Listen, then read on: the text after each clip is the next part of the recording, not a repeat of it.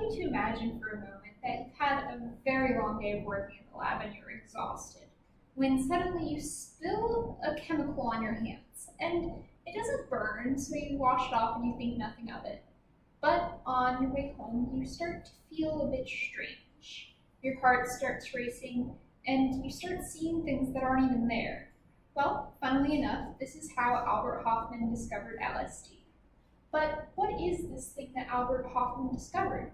To answer that, we're going to look at 4 different sub-questions, beginning with what is LSD?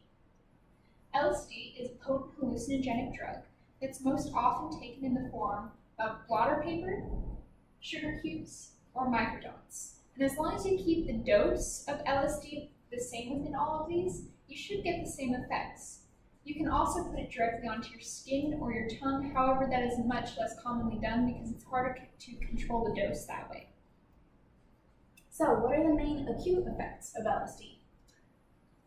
Some of the main physiological effects include dilated pupils, sleeplessness, increased respiration, increased heart rate and blood pressure, increased body temperature and sweating, decreased appetite, nausea, and vomiting, as well as muscular tremors. Some of the psychological effects include mood swings or enhanced emotions, panic, confusion, and terror, enhanced creativity, difficulty focusing or preoccupation, euphoria, and something that's called ego dissolution, which is when individuals report feeling a decreased sense of self and increased connectivity with the world around them. Now, all of these effects greatly depend on the environment that you're in when you take the drug, as well as the mood that you're in.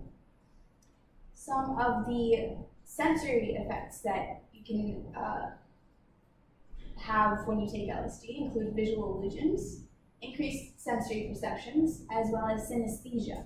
Synesthesia is when you cross over or intermingle senses, and one example is chromesthesia, which is when you see things when you hear something.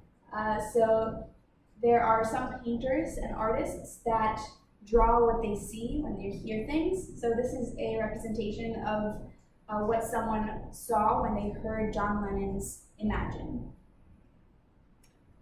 So now that we know what the acute effects of LSD are, we're going to look at how those effects manifest from altered brain activity, beginning with the physiological effects. So when we were going over the physiological effects earlier, you may have thought, wow, that's a lot like the fight or flight response, and well, that's no coincidence, because LSD is sympathomimetic, which means that when you take LSD, your sympathetic division of your autonomic nervous system is activated.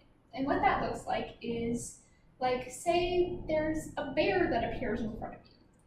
Now, you need to decide whether or not you're going to fight that bear or you're going to run away from that bear. But no matter what you do, you have dilated pupils, your heart rate increases, your blood pressure increases. All these things happen to get you ready to fight or run away. And this is also what happens when you take LSD. Next, we can look at the psychological aspects of LSD and see how those are manifest from altered brain activity, beginning with stronger emotional responses. Now, in a normal brain, you can thank your medial prefrontal cortex and your anterior cingulate gyrus for regulating your limbic system and inhibiting your limbic system. And your limbic system is what is responsible for the emotions that you have. So when you take LSD, the medial prefrontal cortex and the anterior cingulate gyrus are inhibited. And this basically lets your limbic system run wild, and your emotions can run wild, so you have stronger emotional responses to the world around you. As far as the other psychological effects goes, the effects are fairly unknown how they come from brain activity, but it's thought to mostly come from the fact that LSD is a 5-HT2A receptor agonist, which means that it binds to this receptor here, and it increases the amount of serotonin neurotransmission that happens in your brain. Now, even though we don't know the exact psychological effects that happen, how those effects happen, we do have some good ideas as to how the sensory effects happen. So synesthesia, we can look to the thalamus for this. Now, normally the thalamus is our sensory relay center. Information comes in, information goes out, and it works like a well-oiled machine.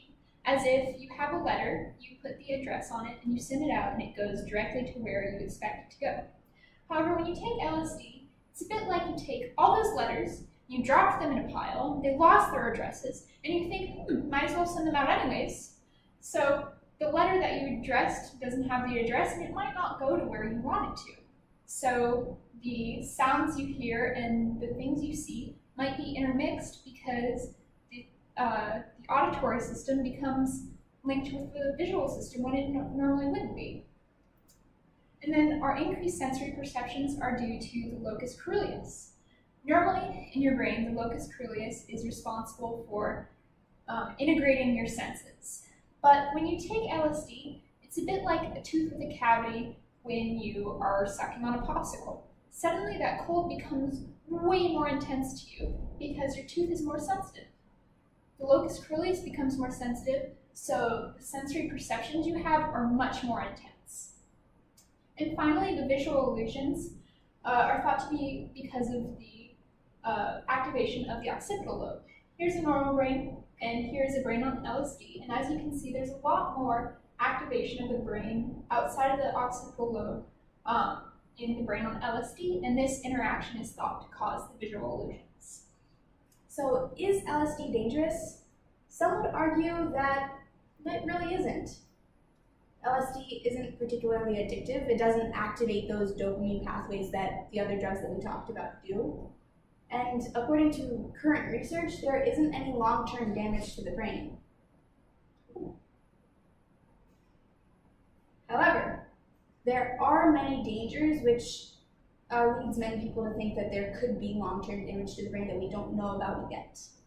One danger includes HPPD, which is hallucinogen persisting perception disorder, and this is when you continue experiencing sensory and visual hallucinations long after you have taken the drug, sometimes weeks, months, or even years.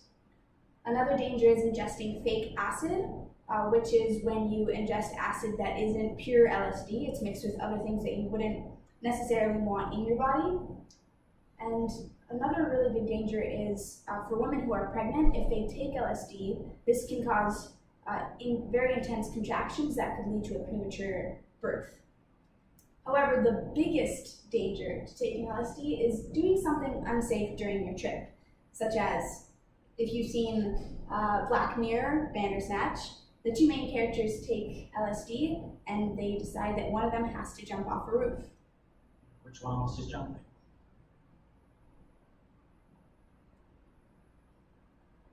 You're good. Fair enough. See you around.